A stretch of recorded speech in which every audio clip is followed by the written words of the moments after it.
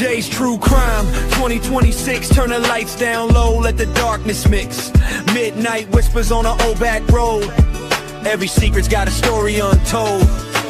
Cold case files and a smoking gun. Truth runs deep where the shadows run. Footsteps echo in an empty hall. Somebody's watching from behind the wall. Red string tied to a photograph. Broken clocks in a shattered past. Every clue's just one more fix.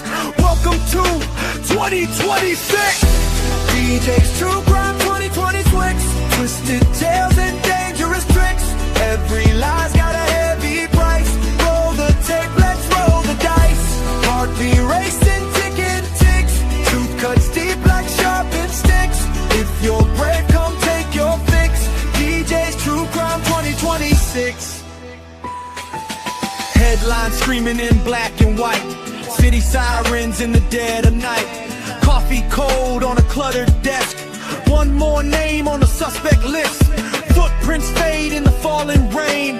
Every witness recalls the same. A fleeting face, a shadowed mix. Another mystery in 26. Maps on the wall with pins stuck in. Where do we start and where's it end? Truth don't sleep and neither do I. Chasing ghosts that never die. DJ's True Crime 2026. Secrets buried in the politics. Truth is sharper than it looks. Hidden deep between the books. Turn it up, let the story stick.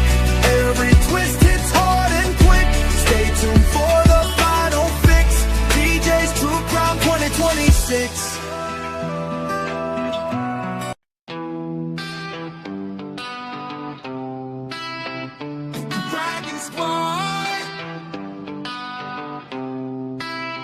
In the midnight city where the neon lights glow. DJ's on the mic and the whole world knows. From the streets to the sky where the blue flames fly. We ride together strong, never asking why. Hear the beat of the drums like a dragon's roar. Every step we take makes the crowd want more. Through the fire and the night, we stand as one. When the music hits hard, that's when we run. We are DJ's Blue Dragon Squad. Rising through the night, breathing blue fire, burning bright in the light. Hear the crowd scream loud when the bass drops hard. Stand up, stand proud for the Blue Dragon Squad.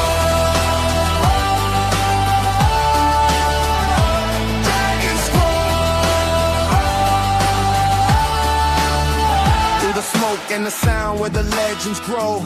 Every beat we drop makes the whole place glow. From the underground vibes to the main stage flame. Blue dragons flying high in the game. Hear the thunder roll when the speakers pound. Feel the energy shaking the ground. Every soul in the room feels the spark ignite. Blue dragons rising in the night. We are DJ's Blue Dragon Squad. Rising through the night, breathing blue fire, burning bright in the light. Hear the crowd scream loud when the bass drops hard. Stand up, stand proud for the Blue Dragon Squad. Dragon Squad. No fear, no change, just the rhythm we ride. Blue flames in our hearts, got the squad by our side. When the night falls down and the music's loud, you'll hear the roar of the dragon crowd. We are DJ's Blue Dragon Squad. Hear the legend call. Blue fire rising as the shadows fall. Hands in the air while the beat hits hard. Forever we ride. Blue Dragon Squad.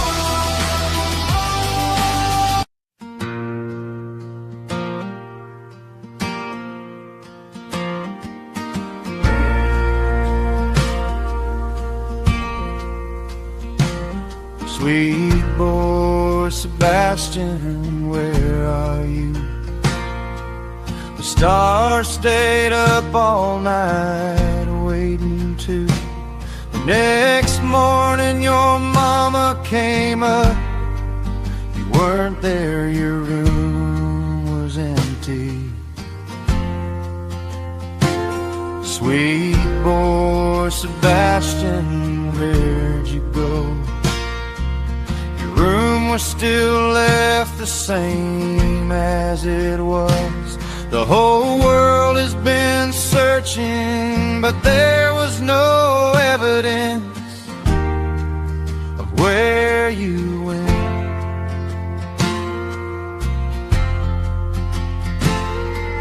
The wind whistles softly in the night and morning. It hums your name and hums the song of I am the tiger. It's so quiet without your laughter and smile. Life gets harder and harder every day.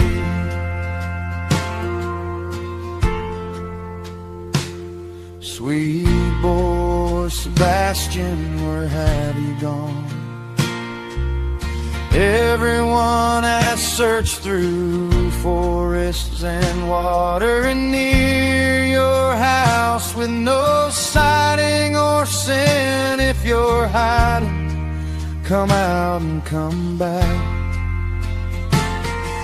Sebastian, your dad is worried, and so is the whole wide world. Sebastian, where are you? Please show us signs wherever you may be. We are your army, sweet boy Sebastian, so please come home. So please.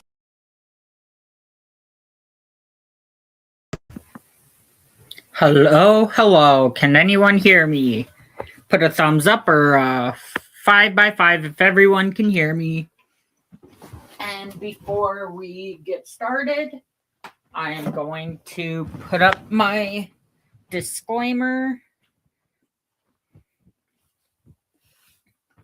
I just finished making my disclaimer today, so I'm happy about that. And then later on,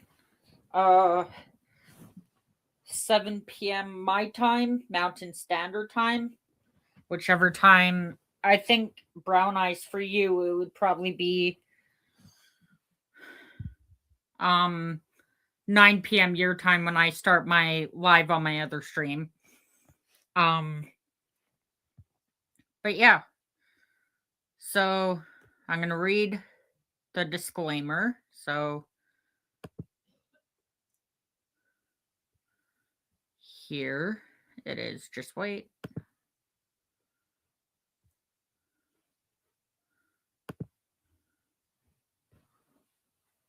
Okay, fair use, copyright disclaimer. And it says copyright disclaimer under section 107 of the Copyright Act 1976. Allowance is made for fair use for purposes such as criticism, comment, news reporting, teaching, scholarship, and research. Fair use is a use permitted by copyright statute that might otherwise be infringing nonprofit, educational,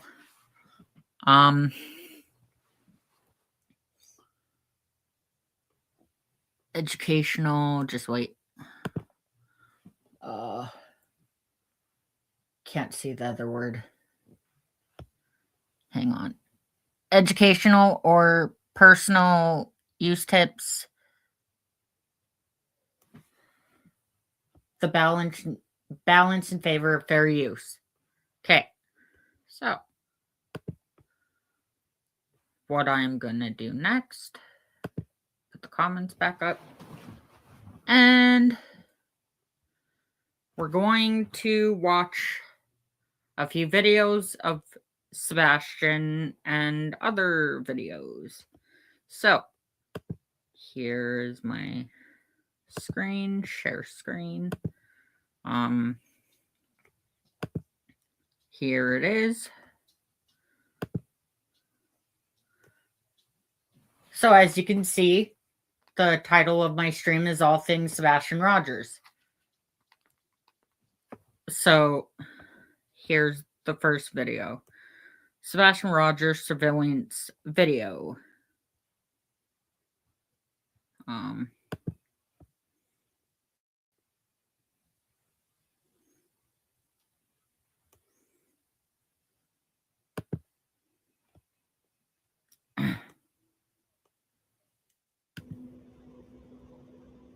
Okay.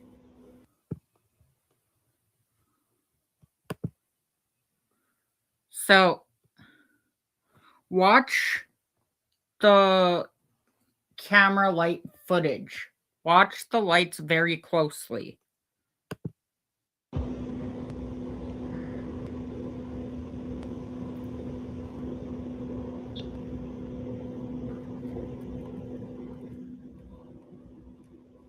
There's subject 1.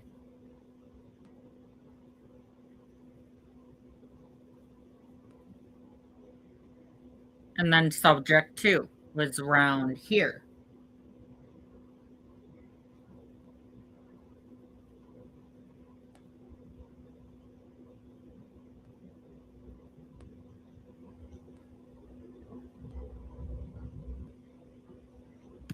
See where subject 1 just moved out of the way?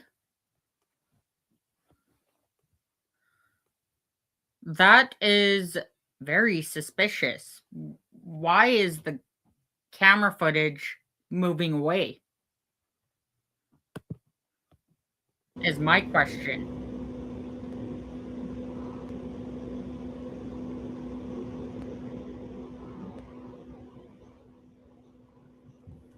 Yeah, that's what I'm wondering. Either KK or CP. See, there's subject 2. It's back.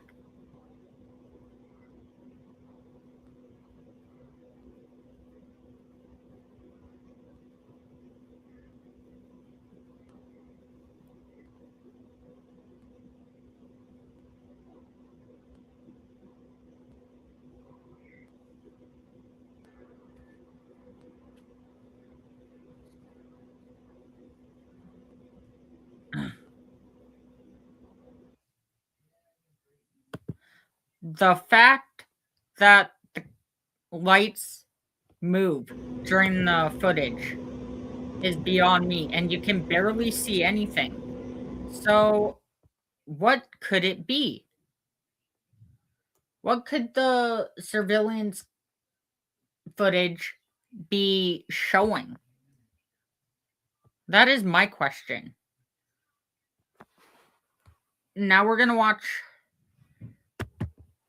Sebastian Rogers' case, the most mysterious missing case ever, unsolved true crime. So I'm going to drop the link in the chat. Crime.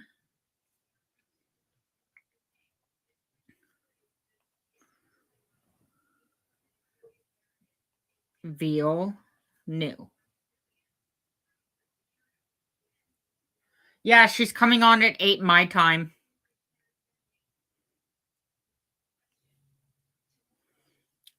So here's the link.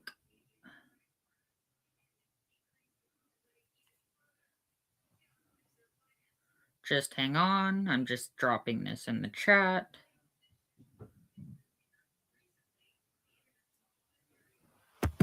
Okay.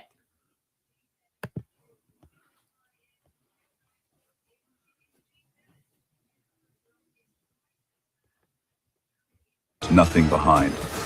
The question isn't where he went. It's how that disappearance was even possible. Okay.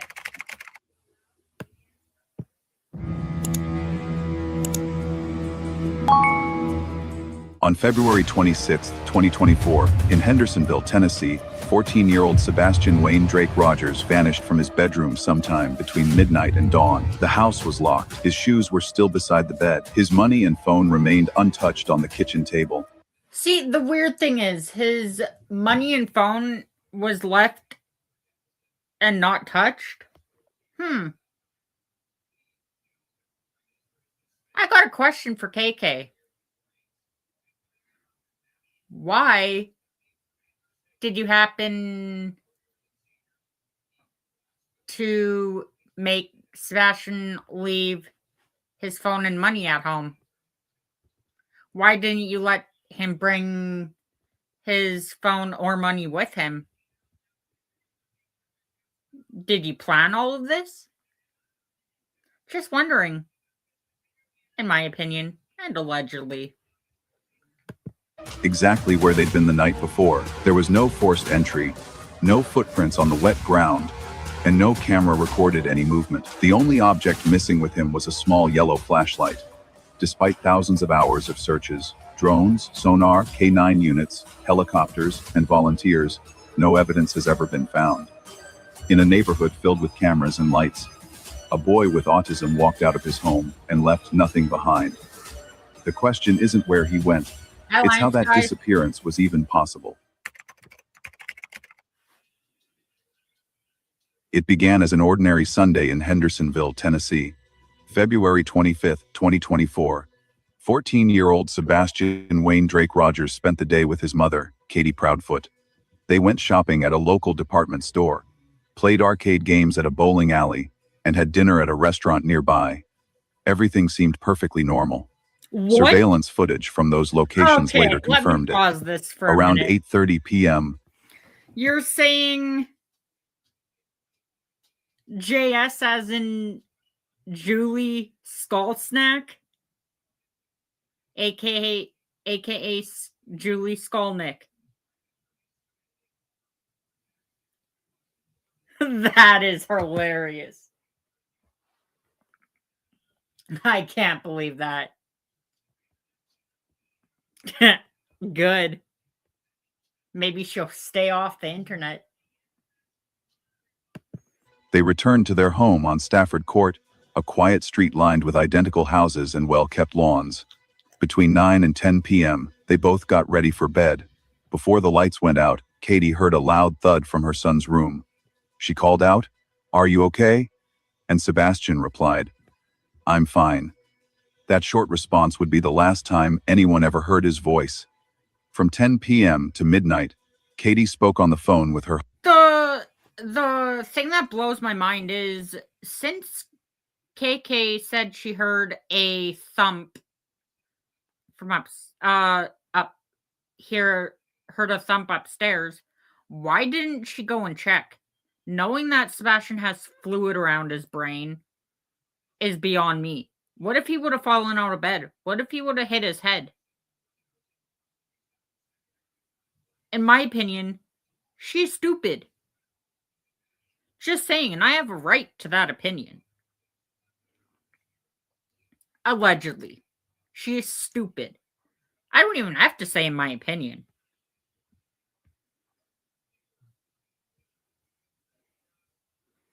Exactly. Husband, Chris Proudfoot, who was away on a work trip in southwest Tennessee. Cell tower data later verified the 2-hour call. When she finally went to bed around midnight, she believed her son was asleep in the next room. 6 hours later, at 6 a.m., she opened his door to wake him for school. The bed was empty. The blanket was cold. Sebastian was gone. She searched the house, the bathroom, the kitchen, the garage, but found nothing. His shoes were still next to the bed. His backpack was untouched. His phone and cash were sitting on the kitchen table, exactly where he had left them the night before. The front and back doors were locked. No windows were open. There were no broken latches or forced entry marks. The family dog hadn't barked or acted alarmed during the night. The only item missing, aside from Sebastian himself, was a small yellow flashlight he kept on his nightstand. Katie got into her car and drove around the neighborhood, checking the route to Sebastian's school less than a mile away. There was no sign of him anywhere. Yeah, the reason why... Okay, it doesn't take like 3 or 5 minutes. It does not take 5 or 3 minutes just to search around a house to find a missing child. No way. No way will it take just 5 minutes. It should take longer than that. You should be checking if he... Since KK says that Sebastian likes hiding in small places, why didn't she check in small places, in my opinion? If she did or not, we don't know. But the fact that she went in her car driving around with her windows up, looking out the windows, that's not searching.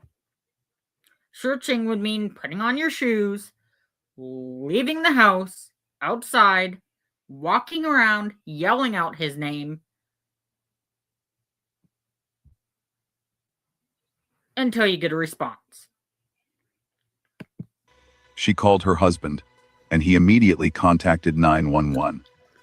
That call triggered one of the largest search operations in Sumner County history. Within hours, local deputies, the Tennessee Bureau of Investigation, and the FBI joined forces. 2,000 people volunteered to help. Using GPS tracking apps, they combed through a search area of roughly 44,000 acres, about 4.5 miles around the house. They brought in K9 units, but the dogs couldn't detect a... No, they have not found him yet. It's been over 2 years. Since February 2024, February 25th, 2024. So over 2 years. So now it's April, January, February, March, April. So over 2 years and over 4 months. Yeah, it is sad. The ground outside was damp. If Sebastian had left barefoot, there should have been footprints. There were none. Aerial drones and helicopters equipped with infrared cameras scanned the fields, creeks, and tree lines. Divers checked retention ponds and drainage systems. Every possible route, every water source, every patch of brush was examined.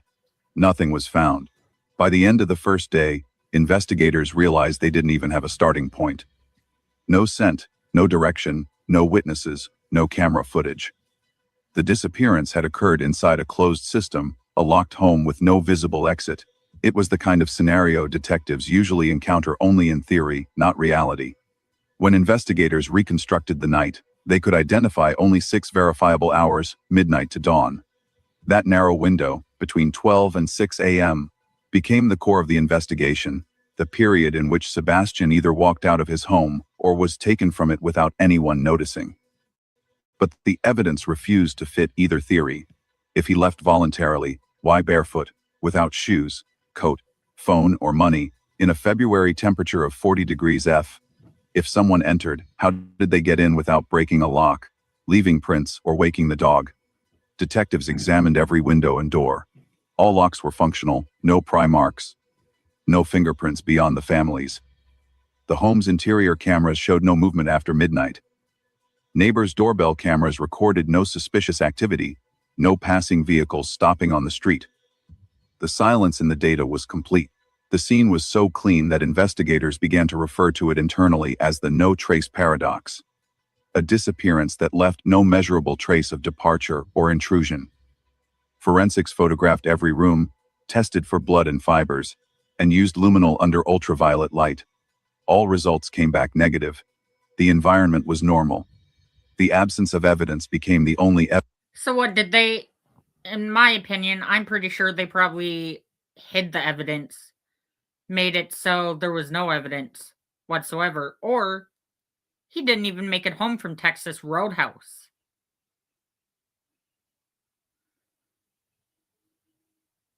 The fact that the dash cam went off right after leaving Texas Roadhouse is very suspicious. Evidence they had. That missing yellow flashlight became the smallest yet strangest detail. Katie said Sebastian used it whenever the power flickered or during thunderstorms. It wasn't valuable, but it was distinctive, bright yellow, battery-powered, and easy to spot. Its disappearance suggested intent, maybe planning, or at least awareness. But there was no sign of the flashlight anywhere around the property or nearby terrain. Searchers specifically looked for it in ditches and ponds, hoping it might reflect light underwater. They found nothing. For investigators, the first 24 hours drew a straight line of contradictions. A locked house, no forced entry, a silent night, and a missing child who seemed to vanish into thin air. By sunset on February 26th, helicopters still circled, volunteers still searched, and the Proudfoot home stood sealed behind police tape. The physical evidence pointed nowhere. From that night forward, the case of Sebastian Rogers would no longer be treated as a simple missing person report. It was now a forensic mystery, one where the lack of clues spoke louder than any discovery. The first night had ended without answers. The first day of searching had done the same, and what investigators were left with was not just a disappearance, but a question that would drive the months ahead. How does a boy vanish completely from a locked house and leave nothing behind? Exactly, same as all of our questions. When the 911 call came in that Monday morning, February 26, 2024, the dispatcher at Sumner County Emergency Communications logged it at 6:49 a.m. The report was simple but urgent. A 14-year-old boy named Sebastian Rogers had disappeared from his home overnight. His mother, Katie Proudfoot, was on the line, distraught and confused. She told them she had already checked the neighborhood, driven the short route to his school less than a mile away, and found nothing. Within minutes, deputies were dispatched to the home on Stafford Court. By 7:15 a.m., the first patrol car arrived. The officer confirmed what Katie had described: no forced entry, doors still locked, and no immediate signs of a struggle. The boy's shoes, phone, and cash were still inside.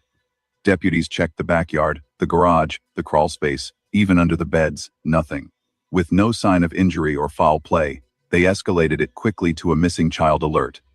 At 8:10 a.m., the Sumner County Sheriff's Office requested assistance from the Tennessee Bureau of Investigation. By 9 a.m., a statewide Amber Alert was issued. TBI agents began coordinating with local patrol units and volunteers who were already gathering near the neighborhood. They established a command post in a nearby church parking lot, complete with GPS mapping screens and live communications. Over the next 48 hours, that command center became the operational heart of what would turn into one of the largest search efforts in Tennessee that year. The FBI joined on day 2, bringing their child abduction rapid deployment team and behavioral analysts. More than a dozen agencies became involved: the Hendersonville Police Department. Yeah, more than a dozen agencies, and they still have no clue where he is. In my opinion, they need better agencies to help figure out where Sebastian is. Or, in my opinion, and allegedly, if KKNCP knows where Sebastian is, go and get him and bring him to his biological father's place.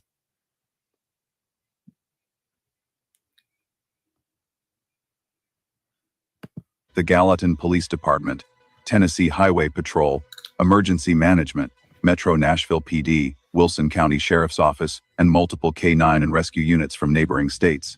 The first perimeter covered a 4.5-mile radius, roughly 44,000 acres. The terrain included residential streets, wooded lots, creeks, retention ponds, and open fields. 2,000 people, law enforcement officers, firefighters, park rangers, and civilian volunteers, joined the grid search. Each was equipped with a GPS tracking app that recorded their walking routes in real time, ensuring no section of land was left unsearched. Despite the size of the operation, no physical trace of Sebastian appeared. By noon that first day, the K-9 teams had already made several passes around the property. The dogs were trained to pick up human scent even after 12 to 24 hours. But handlers reported an odd result: the dogs caught no viable scent trail leaving the house. Not even down the driveway. In most missing child cases, dogs can at least track the scent for a short distance before losing it. Here, there was nothing. For investigators, that was the first major contradiction. If Sebastian had walked out on his own, barefoot, as the scene suggested, the damp ground outside, softened by humidity and dew, should have preserved prints or at least a chemical trace of human scent. K-9 units should have been able to follow that trail for several yards before it dissipated. Yet every attempt failed. They brought in additional dogs from other agencies to cross-check the results. Same outcome. The lack of scent was so unusual that handlers questioned whether something inside the home, cleaning chemicals, HVAC airflow, even detergent, could have disrupted it. But environmental testing ruled that out. The air inside the home was normal, and the outdoor conditions were ideal for tracking. Meanwhile, search teams spread outward from Stafford Court, marking off sectors on the digital map. Drones equipped with thermal imaging swept over wooded areas and fields. Helicopters with infrared sensors flew grid patterns, covering a 5-mile perimeter in overlapping passes. Divers searched retention ponds and nearby creeks, assisted by sonar equipment. They even drained smaller ponds completely. Each effort came back empty. By sunset on the first day, the operation had expanded to include mounted patrols, ATVs, and volunteers on foot combing through brush. Local residents opened their properties for searches. Officers entered sheds, garages, and crawl spaces with consent. Still no sign of Sebastian, no piece of clothing, and no dropped object like the missing flashlight.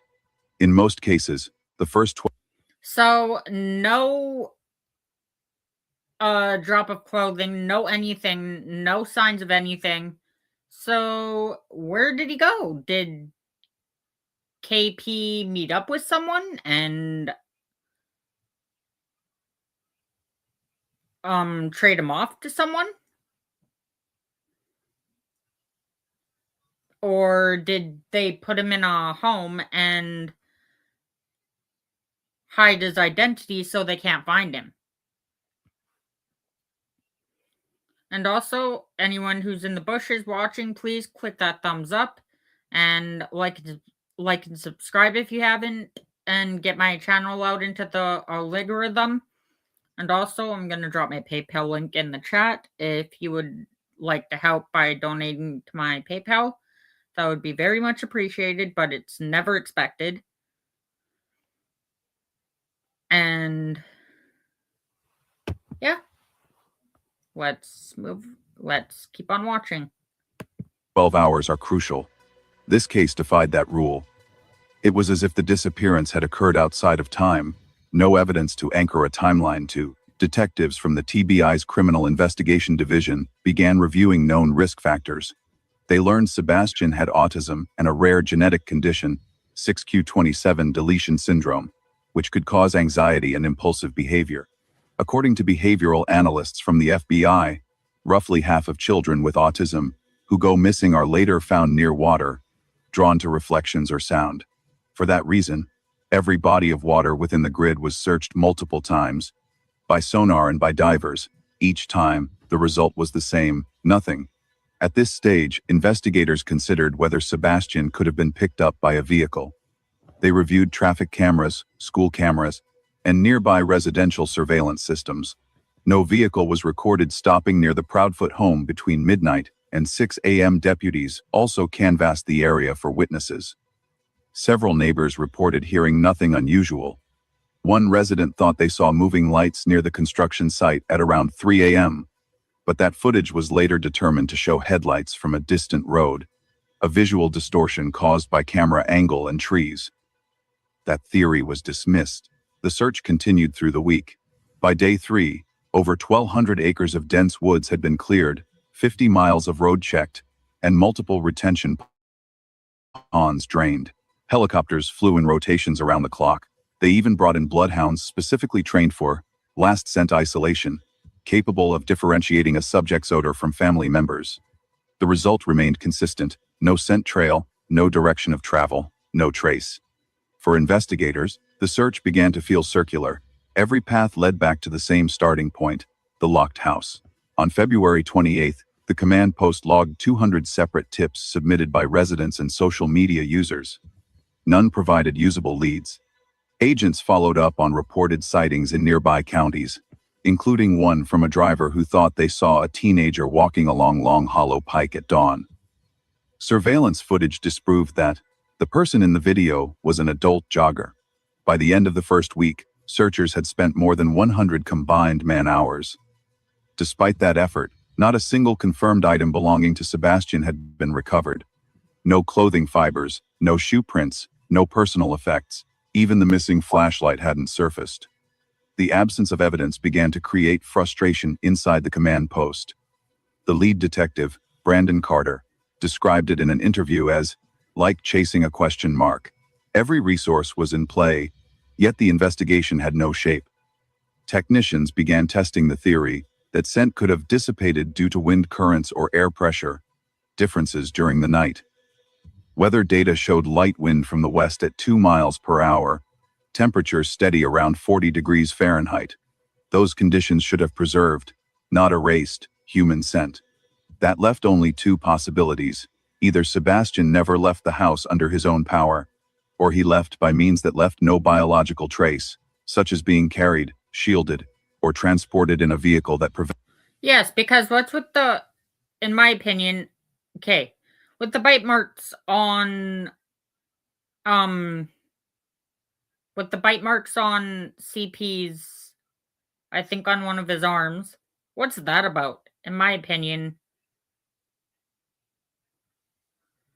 did CP carry him out or did he grab him? If he did make it home?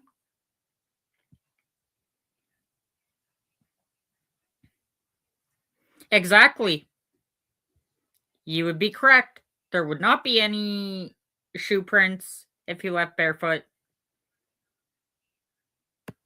Prevented scent from dispersing. But again, the cameras and the locks didn't support that scenario. As the week closed, the official narrative was already splitting in two directions. One group of investigators leaned toward an accidental wandering and drowning scenario. The other suspected human involvement, an abduction or an event inside the home that had been missed. Both theories lacked evidence, yet both seemed possible, because everything else had been ruled out. By the seventh day, on March 3rd, the operation was scaled down from full emergency mode to a sustained investigation. The massive volunteer effort ended. Professional search units took over the continued sweep of the area. TBI, the sheriff's office, and the FBI consolidated resources to re-examine every piece of data gathered during that chaotic first week. The results from those 7 days were astonishing in their emptiness. No physical evidence, no forensic residue, no digital clue. A boy had disappeared, and the ground itself refused to remember it. From the first day of the investigation, detectives understood that this case would depend heavily on digital evidence. In modern missing person investigations, especially those inside populated neighborhoods, cameras and devices usually tell the story that witnesses cannot. But in the disappearance of Sebastian Rogers, the digital record turned out to be as silent as the house he vanished from. The Proudfoot residence had 2 exterior security cameras, one above the garage and another facing the backyard. Both were motion activated, set to record automatically whenever someone approached within a few feet. The system was functional, powered, and Wi-Fi connected. Investigators checked the logs. Between 9 p.m. on February 25th and 6 a.m. on February 26th, the cameras had triggered multiple times, but every clip matched normal household movement: Katie entering the kitchen, a neighborhood cat crossing the yard, headlights from a passing car at a distance. After midnight, the footage went still. No motion alerts, no files missing. Neighbors were asked to provide their own recordings. Over a dozen homes in Stafford Court and the adjoining cul-de-sac had doorbell or security cameras. Every available clip covering the relevant hours was collected, synchronized, and reviewed frame by frame. No person resembling Sebastian, no car, no unknown visitor appeared. Between 9 p.m. and dawn, not a single camera showed activity near the Proudfoot home. The data from Katie's dash cam, recorded earlier that evening, confirmed that mother and son returned home after dinner around 8:30 p.m. and did not leave again. Investigators verified the time stamps through GPS metadata. That evidence conclusively ruled out the possibility that they had gone somewhere later that night, or that Sebastian had been dropped off elsewhere. By the third day, detectives extended their digital search beyond the neighborhood. They pulled traffic camera feeds from Long Hollow Pike, New Shackle Island Road, and several intersections leading in and out of Stafford Court. They also checked school cameras from the route Katie drove the next morning while looking for her son. All clean. No relevant movement. But allegedly, and in my opinion, she wasn't really looking. She had her windows up. So how is that looking? Searching and looking would be leaving your house on foot and calling out the person's name, saying, "Where are you?" Calling out the person's name. Like, how hard is that? Driving is not going to do anything. No matching description. At this point, investigators requested full digital forensics on devices inside the house: phones, laptops, the Wi-Fi router, and the family's smart TV. Sebastian's personal phone, found on the kitchen table, had last been used on February 25th at 7:46 p.m. for a short YouTube session, followed by a quick text exchange with a friend about a video game. After that, no further activity. There were no messages indicating distress, planning, or intent to leave. The phone showed no GPS movement and no app usage past 8 p.m. The device was fully charged, suggesting it hadn't been used overnight. The home's Wi-Fi router logs told a similar story. The last connection from Sebastian's phone was at 8:03 p.m. The smart TV streamed content until 9:41 p.m., a show that Katie confirmed she had been watching before going to bed. After midnight, the network registered no new activity. None of the devices in the house, phone, TV, security cameras, Alexa speaker, detected movement, voice commands, or connection changes. It was as if the digital environment itself had gone dark during the same hours Sebastian disappeared. Investigators considered the possibility of a data wipe or deletion. If someone had entered the home and removed or manipulated footage, it would show in the log files. But nothing had been tampered with. The systems were intact, the memory cards undamaged, and timestamps sequential. No sign of hacking or power interruption was found. That led to the uncomfortable conclusion that there was simply nothing to record. The absence of digital evidence wasn't due to malfunction or concealment. It was because no detectable event occurred within the sensor range of any device. Investigators went back over every device again, searching for environmental cues, light fluctuations, sound triggers, or pixel disturbances that might suggest motion too subtle to register as a person. The analysis yielded minor reflections on one neighbor's camera lens between 2:57 and 3:10 a.m., faint glints that looked like distant moving lights. Initially, some believed these could be flashlights, Hi, Jacob. possibly Here, I'll let you up. You guys just hang on. I'm going to let Jacob up.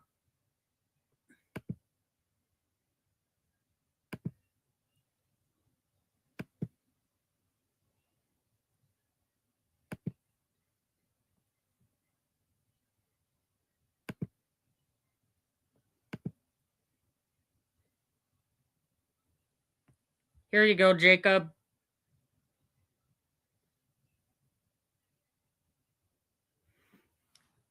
If KP and Sebastian were not home till 8:30 p.m., then who was on Sebastian's iPhone at 8:03 p.m.? Exactly.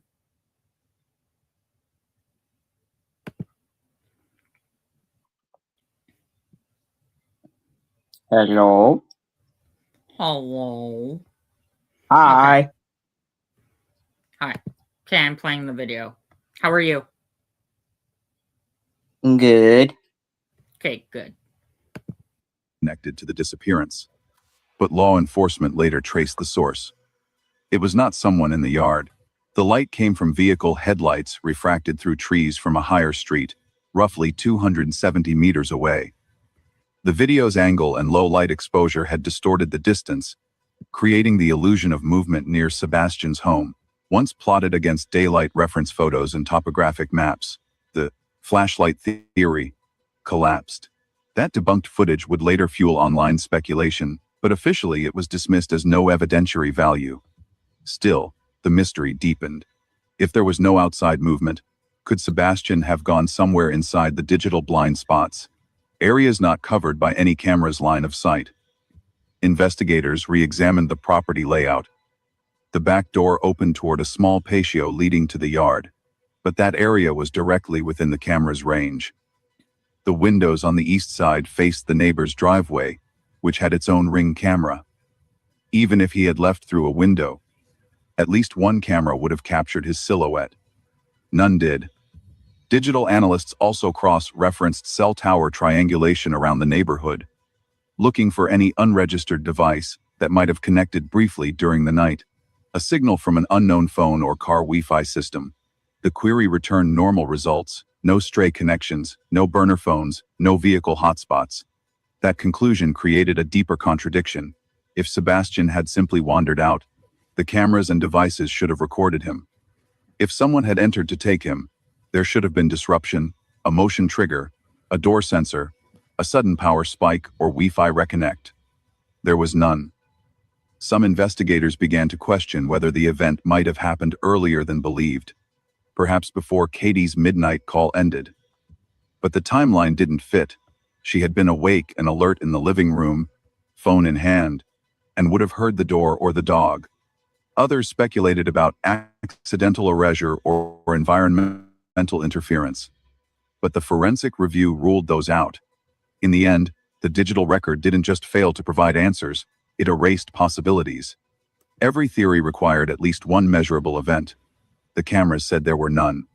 The network... And also, what about the 3-hour phone call she was on with CP, with Crispy Proudfoot? That's a little odd right there. Was she on the phone with him planning this all out? Telling him to maybe, probably to keep this all a secret? I don't know. Confirmed stillness. The environment itself had gone blank. The digital silence around that night became one of the central features of the Sebastian Rogers case, a gap in data where evidence should have existed. And it would soon connect to another element investigators couldn't ignore: the reports of strange moving lights seen at approximately 3 a.m., the same window of time when Sebastian was already missing. In the early hours of February 26th, while the rest of Hendersonville slept, one camera at the far end of Stafford Court captured something strange: 2 small points of light moving across the dark frame around 3:10 a.m. The footage, though grainy and distant, became the center of online speculation within days. Some viewers swore they saw 2 people walking with flashlights in the backyard of the Proudfoot residence.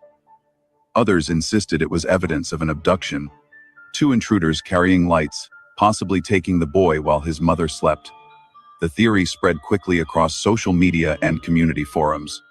To a public desperate for answers, those moving lights felt like the first real clue. Detectives took the footage seriously at first. The camera belonged to a neighbor at the end of the street, roughly 300 meters from the Proudfoot house.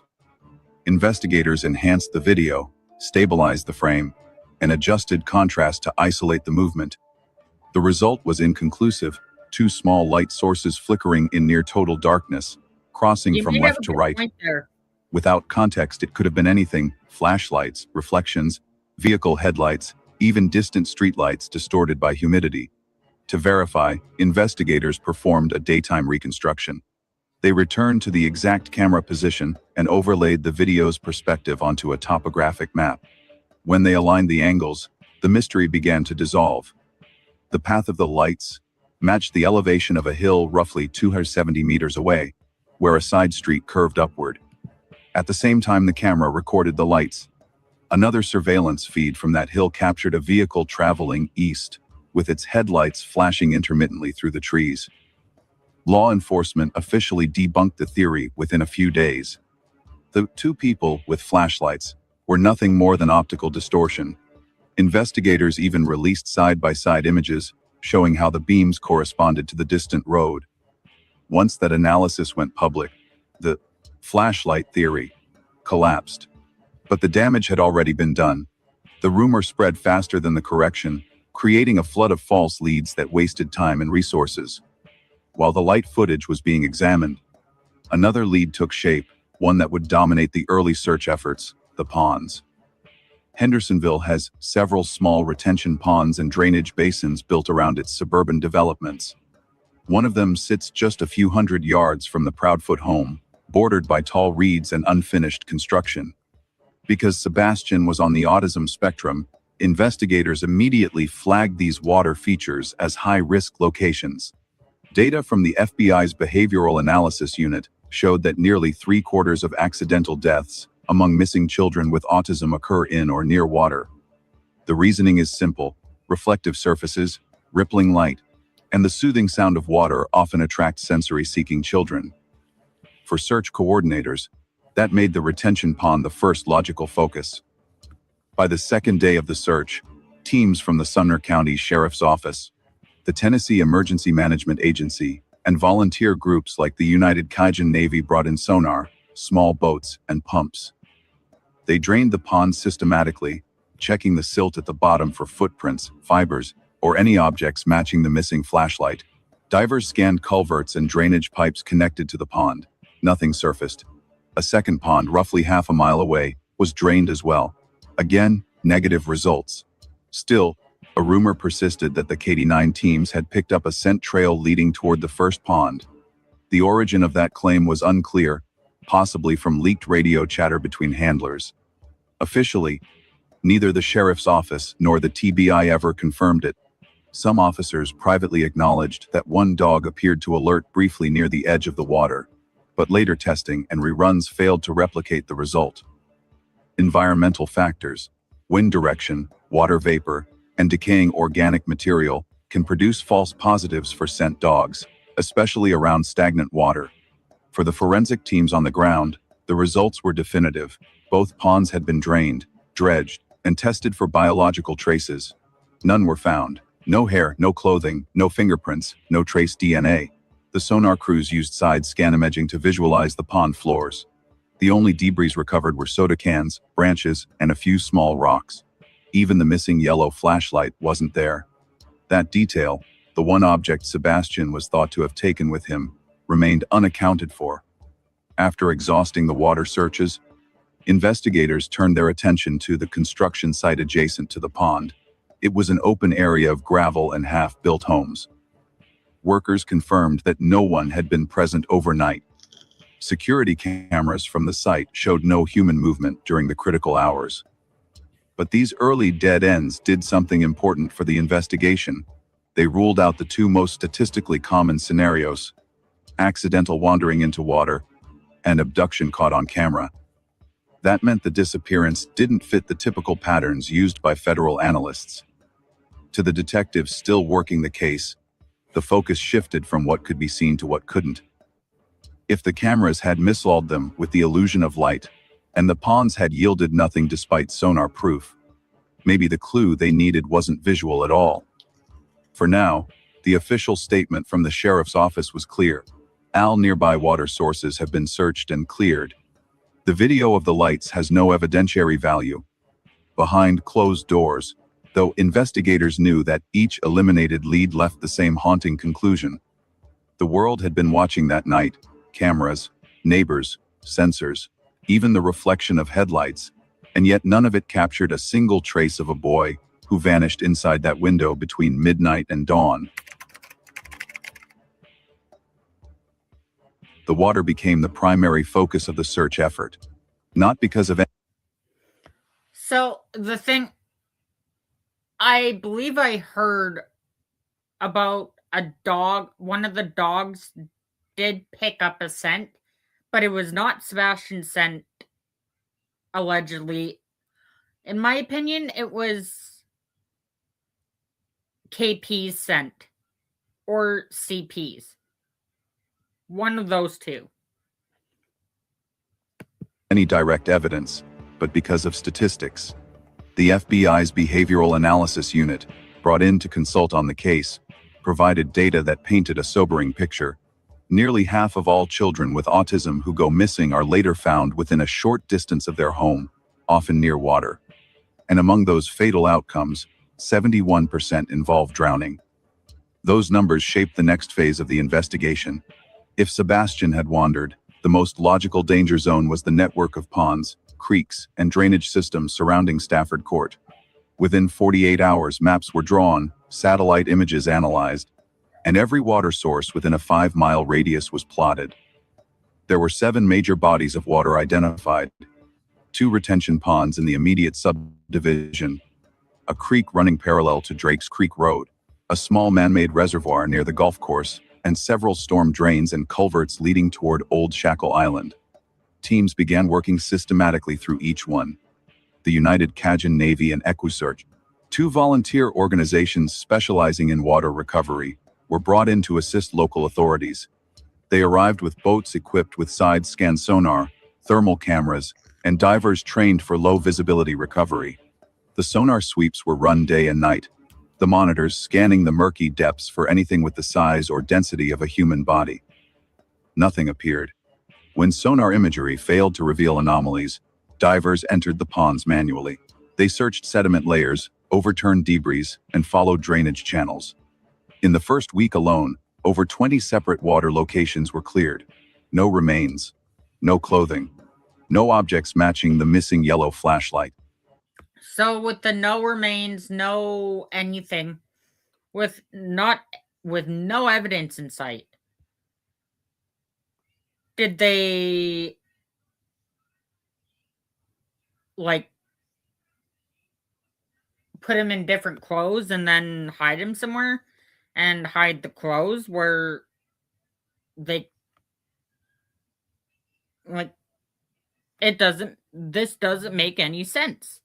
It's all too suspicious. Water samples were taken from every site to test for trace DNA or organic residue. The forensic labs returned the same answer across the board: negative. There were no blood markers, no fibers, no biological matter consistent with Sebastian. The findings ruled out drowning, at least within the immediate area. Detectives expanded the radius further. Small creeks, irrigation ditches, and storm drains were inspected up to 5 miles from the Proudfoot home. Searchers even lowered cameras into culverts that were too narrow for divers. The water systems in that part of Hendersonville were interconnected, but none showed signs of disturbance. To understand how thorough the search was, it helps to know how sonar imaging works. The side scan units create acoustic reflections that can detect human-sized shapes, even when visibility is zero. Each pond was mapped multiple times at different angles. If a body had been there, it would have appeared as a high-density shadow. There were none. This exhaustive process led to a strange conclusion. Statistically, Sebastian should have been found if he had entered water. Yet the water yielded nothing at all. Not a footprint in the silt, not a hair strand caught on vegetation, not a floating item of clothing. Even accidental drownings produce debris, shoes, a shirt, an object carried by current. In this case, the water offered no trace. Investigators began to reconsider their assumptions. If Sebastian had not drowned, then the search radius, and perhaps the premise itself, was wrong. But abandoning the water hypothesis was difficult, because it fit both his behavioral profile and the geography.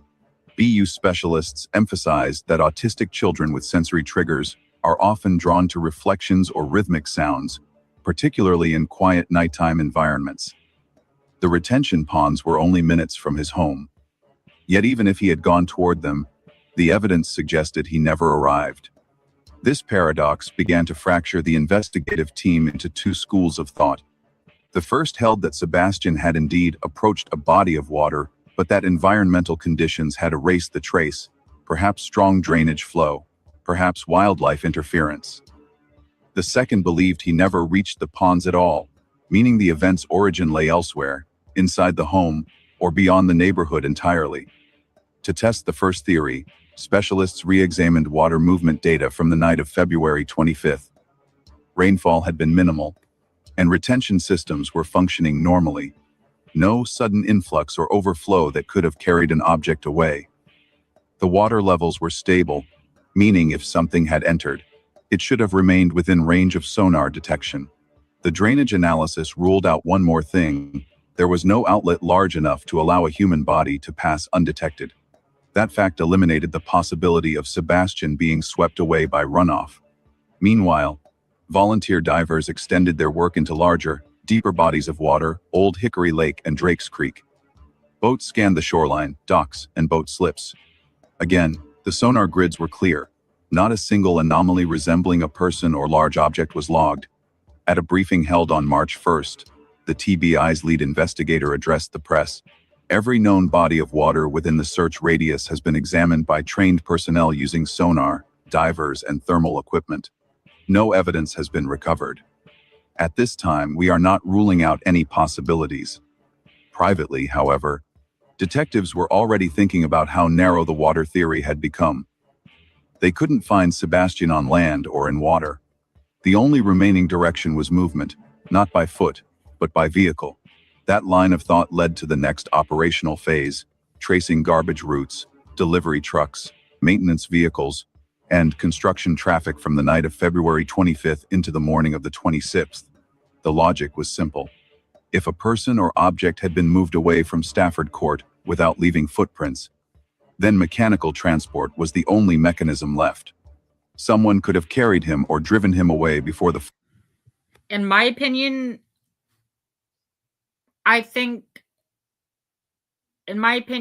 KP may have traded him off with someone on the way home. I don't even think he made it home.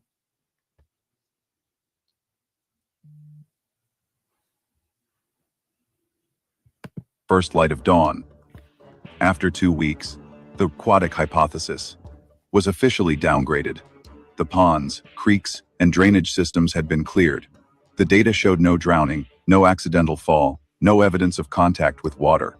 For a case that began with statistical logic, it was an illogical end. The conclusion was simple but devastating. If the water held nothing, then Sebastian had never reached it. And if he hadn't, something, or someone, must have taken him another way. By early March 2024, nearly 2 weeks had passed since Sebastian Rogers vanished from his home in Hendersonville. The air searches, ground grids, and water scans had yielded nothing. At this stage, investigators faced an uncomfortable truth. The case had no physical direction left. Every standard search area, land, air, and water had been cleared. What remained was the one domain no investigator ever wants to consider, the landfill. Between March 6th and 8th, 2024, a multi-agency task force expanded the search to the White Plains landfill in Hopkins County, Kentucky, about 90 miles north of Hendersonville. That facility is one of the designated destinations for municipal waste collected from Sumner County. Every week, hundreds of tons of trash from residential and commercial pickup routes are compacted, sealed, and transported there. If anything connected to Sebastian's disappearance had been discarded, intentionally or accidentally, this was the only place it could end up. Publicly, officials described the operation as a precautionary measure. There was no confirmed evidence suggesting a body or object was taken there. But privately, investigators understood the logic. The landfill is where evidence goes to die, and timing was critical. Waste from the week of February 26th would only remain near the surface for a limited period before being buried under new layers. Once that happened, the chance of recovery dropped to nearly zero. At dawn on March 6th, the Sumner County Sheriff's Office, working with TBI and FBI evidence teams, began coordinating with the landfill's Environmental Management Division. They identified specific truck routes and collection zones that handled trash from the neighborhoods around Stafford Court. Every truck in that cycle was cross-referenced through GPS logs and weigh station entries. By narrowing the disposal window to the days immediately after Sebastian disappeared, they isolated a roughly 2-acre sector within the landfill, the area where those trucks had unloaded. Excavation began under controlled forensic conditions. Crews in protective gear moved through the compacted layers using excavators and hand tools, carefully separating waste into manageable grids. Every few feet, the material was raked and scanned for potential biological evidence, clothing fibers, or personal effects. Forensic technicians on site carried DNA swabs, luminol spray, and portable lighting to identify organic matter. The process was slow and exhausting. Over 3 days, hundreds of cubic yards of debris were examined.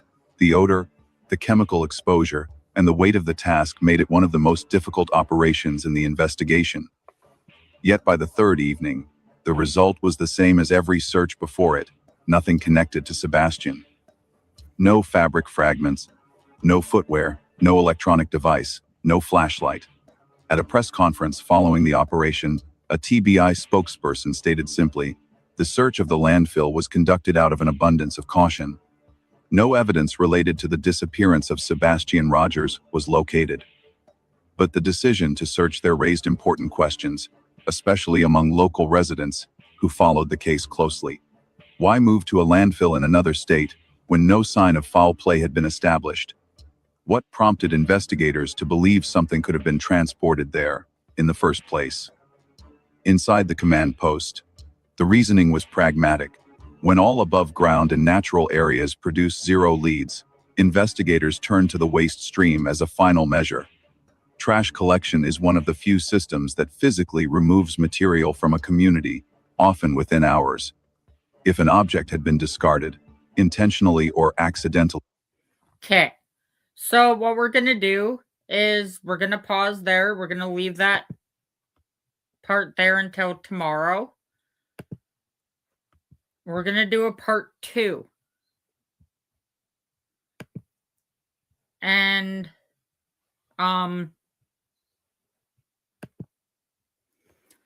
yeah, we're going to do a part 2 tomorrow, so be on the lookout for my next stream for tomorrow. I am going live in about an hour on my backup channel. We're going to do a Monday night game night, whatever. So turn on your notifications for that. Also, to my subscribers and to my mods, thank you for watching today and coming out. And whoever was listening from in the bushes, please like and subscribe. And also get my channel out into the algorithm. And then until tomorrow, you guys. Until next time. Peace. Thank you for the live. You did a good job. You're welcome. Bye-bye. Bye.